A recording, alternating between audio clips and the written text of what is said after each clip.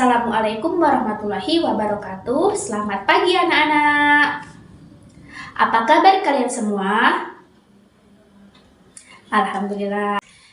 Nah, sebelum memulai pembelajaran pada hari ini, alangkah baiknya kita berdoa terlebih dahulu ya, supaya pembelajaran pada hari ini dapat berjalan dengan lancar dan dapat diterima dengan baik.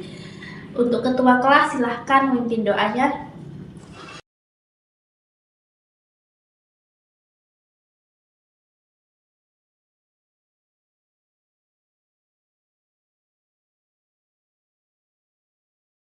Nah, selanjutnya Ibu akan mengabsen kalian terlebih dahulu ya. Untuk namanya yang Ibu panggil, silahkan angkat tangannya ya, Nak. Yang pertama, Ani, ada nggak? Anton? Budi? Bella? Esti? Ocha?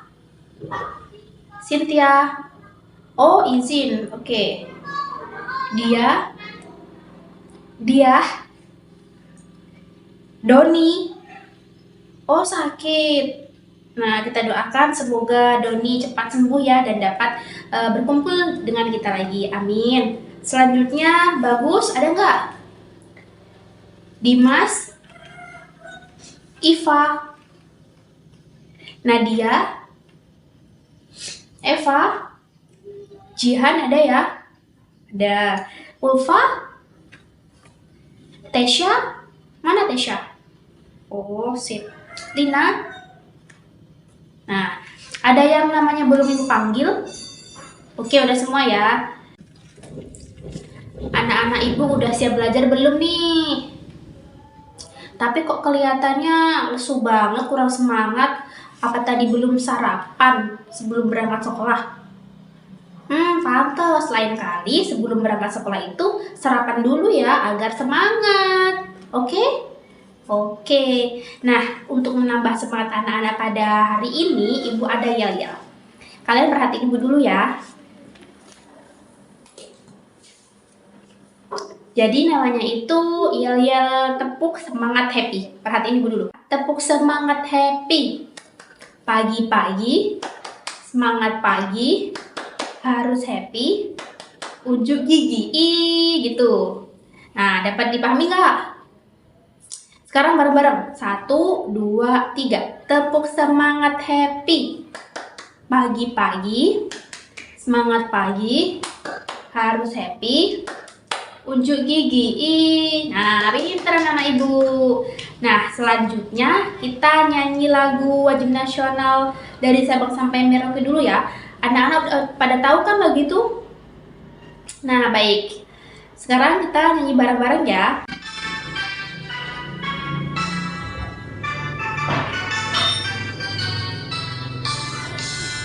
Dari Sabang sampai Merauke berjajar pulau-pulau, sambung menyambung menjadi satu, itulah Indonesia. Indonesia tanah airku, aku berjanji padamu, menjunjung tanah airku, tanah airku Indonesia. Tanah airku Indonesia. Nah, setelah tadi udah yel-yel, kemudian nyanyi lagu wajib nasional, pastinya anak-anak sekalian udah tambah semangat dong hari ini. Cakep. Harus semangat ya. Nah, berhubung anak-anak udah siap belajar, udah semangat belajar, sekarang kita mulai pembelajaran pada hari ini. Jadi, pada hari ini kita akan mempelajari tema 9, subtema 1, pembelajaran kelima tentang kekayaan sumber energi di Indonesia. Nah, sebelum masuk ke materi, Ibu akan membagi anak-anak ke dalam beberapa kelompok. Nah, kelompok yang pertama itu Ibu panggil satu-satu ya. Kelompok pertama, Ani, Anton, Budi, dan Bella. Nah, itu 4 orang kelompok pertama. Selanjutnya kelompok kedua, Esi, Ocha, Cynthia, dan Dia. Kelompok 3, Caca, Doni, Bagus, yang terakhir Dimas. Nah, kelompok selanjutnya Iva, Nadia, Eva, dan Jihan. Selanjutnya kelompok yang terakhir Ulfa, Tesya, Lina, dan Diah. Nah, sekarang kalian duduk dengan kelompok kalian masing-masing ya.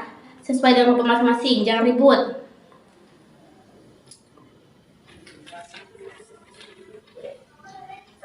Sekarang udah duduk sesuai dengan kelompoknya masing-masing kan? Pinter. Nah, sekarang Ibu mau nanya nih ke kalian. Mata pencaharian atau pekerjaan masyarakat di lingkungan tempat tinggal kalian itu apa? Yang mayoritas ya, mayoritas misalkan jadi petani apa-apa gitu. Nah, bener ya, ada yang jadi petani, kemudian berkebun, nelayan, berdagang, pemandu wisata. Nah, bener banget itu.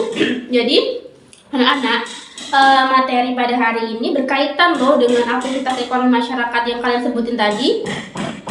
Iya, nah berkaitan. Nah, jadi pada hari ini kita akan membahas tentang kegiatan ekonomi di lingkungan masyarakat. Sebelum Ibu menjelaskan lebih rinci tentang aktivitas ekonomi masyarakat sekitar, nah anak-anak silahkan membaca teks yang ada pada buku tema siswa halaman 32 sampai 34 terlebih dahulu ya. Ibu kasih waktu 5 menit, silahkan dibaca.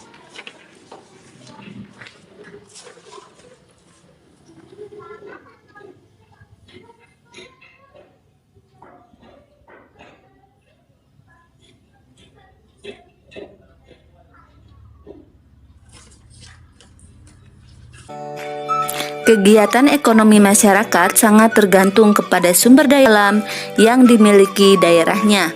Sebagai contoh, masyarakat di pedesaan memanfaatkan tanahnya untuk ditanami berbagai tanaman pertanian dan perkebunan. Sebaliknya dengan masyarakat di daerah di pesisir pantai, sebagian besar kegiatan ekonominya mengandalkan hasil perikanan laut. Nah, berikut adalah beberapa kegiatan ekonomi masyarakat yang tergantung kepada sumber daya alamnya. Yang pertama, masyarakat daerah pantai. Pantai menjadi sumber daya alam yang berharga bagi Indonesia, karena Indonesia memiliki banyak pantai yang terbentang dari Sabang sampai Merauke. Kegiatan ekonomi utama masyarakat di sekitar pantai adalah sebagai nelayan. Namun, oleh karena pemandangan di pantai sangat indah, maka berkembanglah sektor pariwisata. Kompleks-kompleks pertokoan, penginapan dan hotel, serta jasa pemandu wisata dan penyewaan alat-alat menyelam menjadi usaha ekonomi baru masyarakat di pesisir pantai. Yang kedua, masyarakat daerah laut. Potensi perikanan laut di Indonesia sangatlah besar. Hal ini karena sebagian besar wilayah Indonesia adalah lautan. Kita bisa memanfaatkan berbagai hasil laut seperti ikan, mutiara, kerang, kepiting, udang, teripang, dan rumput laut. Di laut juga ada kegiatan pengeboran sumber energi minyak bumi. Kita juga bisa memanfaatkan laut sebagai wisata bahari. Beberapa daerah yang memiliki keindahan bawah laut seperti Raja Ampat di Papua dan Bunaken di Sulawesi Utara. Yang ketiga, masyarakat daerah sungai. Sungai merupakan lingkungan alam yang sangat penting. Bagi sebagian orang, sungai dipergunakan sebagai sumber bagi kehidupannya. Namun, bagi sebagian orang yang lain, sungai juga digunakan sebagai sumber pengairan bagi pertanian. Sungai yang dibendung dapat dialirkan ke sawah-sawah. Sungai juga menjadi jalur transportasi bagi masyarakat. Ada salah satu usaha ekonomi yang memanfaatkan sungai, yaitu dengan mendirikan pasar terapung. Pasar jenis ini dapat ditemukan di Sungai Barito, Banjarmasin. Semua usaha jual beli dilakukan di atas perahu. Oleh karena keunikannya, pasar ini juga menjadi objek wisata. Yang keempat, masyarakat dataran tinggi. Dataran tinggi merupakan wilayah datar yang memiliki ketinggian lebih dari 400 meter di atas permukaan air laut. Daerah dataran tinggi baik untuk menanam sayuran dan buah-buahan. Selain sebagai lahan pertanian, dataran tinggi juga merupakan tempat yang cocok untuk tempat wisata karena daerah dataran tinggi pada umumnya memiliki udara yang bersih, sejuk, dan segar. Contohnya dataran tinggi Dieng di Wonosobo, Jawa Tengah. Yang kelima, masyarakat dataran rendah. Dataran rendah merupakan bagian dari dataran yang memiliki ketinggian antara 0 sampai 200 meter di atas permukaan laut. Seperti dataran tinggi, dataran rendah juga dimanfaatkan sebagai lahan pertanian. Selain itu, dataran rendah juga dimanfaatkan sebagai lahan untuk industri, peternakan, dan perumahan. Selanjutnya, Ibu akan menjelaskan materi yang sudah kalian baca tadi ya. Dengerin baik-baik nih. Jadi, kegiatan ekonomi masyarakat itu sangat tergantung kepada sumber daya alam yang dimiliki daerahnya. Sebagai contoh nih, misal masyarakat di pedesaan. Nah, mereka itu memanfaatkan tanahnya untuk ditanami berbagai tanaman pertanian dan perkebunan. Misalnya, ada yang sawah, ada yang petani sawah, kemudian nanam. Kalau di perkebunan itu nanam sayur-sayuran seperti cabai, sawi, bayam, kacang, dan lain sebagainya. Nah, selanjutnya masyarakat yang tinggal di daerah pesisir pantai itu mayoritas mata pencahariannya itu sebagai nelayan. Mereka mengandalkan hasil perikanan di laut. Kemudian masyarakat yang tinggal di daerah sungai. Nah, sungai ini menjadi jalur transportasi bagi masyarakat. Salah satunya usaha ekonomi yang memanfaatkan sungai itu dengan mendirikan pasar terapung. Pasar terapung ini tuh sebenarnya ya sama kayak pasar pada umumnya, tapi bedanya pasar terapung ini adalah pasar yang dilakukan di atas kapal pada sungai. Paham kan maksud Ibu? Jadi mereka ini tuh melakukan jual beli seperti pasar pada umumnya, tapi jual belinya itu dilakukan di atas kapal di sungai. Paham anak-anak Ibu? Sampai sini ada yang mau ditanyain nggak? Udah paham ya? Pinter anak-anak Ibu. Kemudian masyarakat yang tinggal di daerah dataran tinggi. Nah, anak-anak, daerah dataran tinggi ini sangat cocok untuk menanam sayuran dan juga buah-buahan loh. Nah, selain itu juga, dataran tinggi ini juga merupakan tempat yang cocok untuk tempat wisata karena daerah dataran tinggi pada umumnya memiliki udara yang bersih, sejuk, dan juga segar. Contohnya, dataran tinggi Dieng di Wonosobo, Jawa Tengah. Anak-anak udah pernah ke sana belum? Nah, besok liburan kita ke sana ya. Nah, yang terakhir ini yaitu masyarakat yang tinggal di daerah dataran rendah. Nah, sama seperti daerah dataran tinggi, dataran rendah ini juga cocok dimanfaatkan sebagai lahan pertanian. Selain lahan pertanian, masyarakat daerah selain pertanian, dataran rendah ini juga dimanfaatkan sebagai lahan untuk industri, peternakan, dan juga perumahan. Itulah tadi materi pada hari ini sudah Ibu jelaskan. Nah, sekarang Ibu minta anak-anak sekalian untuk berdiskusi dengan kelompoknya masing-masing tentang materi yang sudah Ibu sampaikan tadi. Kemudian kalau misalkan ada yang belum dipahami atau kurang jelas, boleh ditanyain. Nah, sekarang Ibu kasih kalian waktu untuk berdiskusi ya.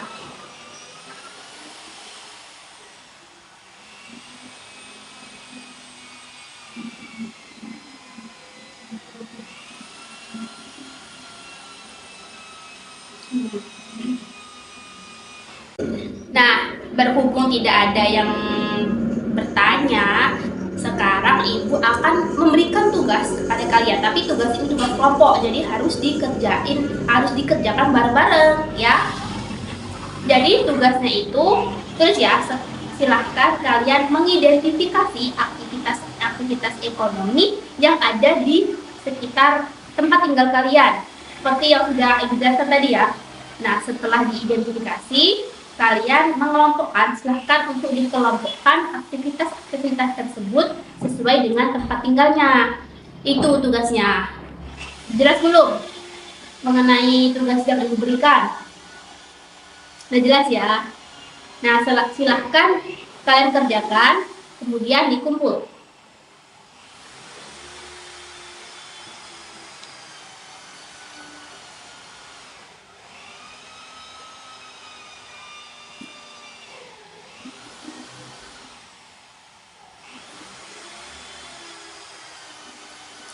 Udah semuanya? Boleh sekarang dikumpul ya anak-anak. Nah, terima kasih ya. Wes.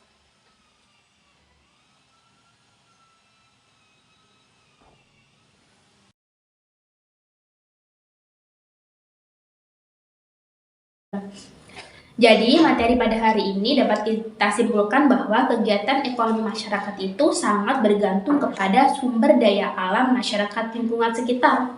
Misalnya, jika kita tinggal di daerah pedesaan, maka mayoritas aktivitas ekonomi masyarakat sekitar itu sebagai petani. Petani baik petani sawah misalkan ataupun sayuran dan lain sebagainya. Sedangkan kalau misalkan kita tinggal di daerah pesisir pantai atau di pinggir pantai, nah itu biasanya masyarakat sekitar itu mata pencahariannya sebagai nelayan. Mereka memanfaatkan ikan dari laut tersebut. Nah, sampai sini ada yang mau ditanyain nggak? Udah paham semua? Pinter anak Ibu. Berhubung waktunya sudah habis, jadi pembelajaran pada hari ini kita cukupkan sampai di sini dulu ya. Kita bertemu di minggu depan. Sebelum mengakhiri pembelajaran pada hari ini, alangkah baiknya kita berdoa terlebih dahulu. Kepada ketua kelasnya, silahkan dipimpin doa.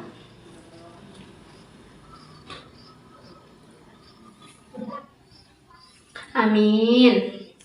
Ibu akhiri, wassalamualaikum warahmatullahi wabarakatuh. Bye.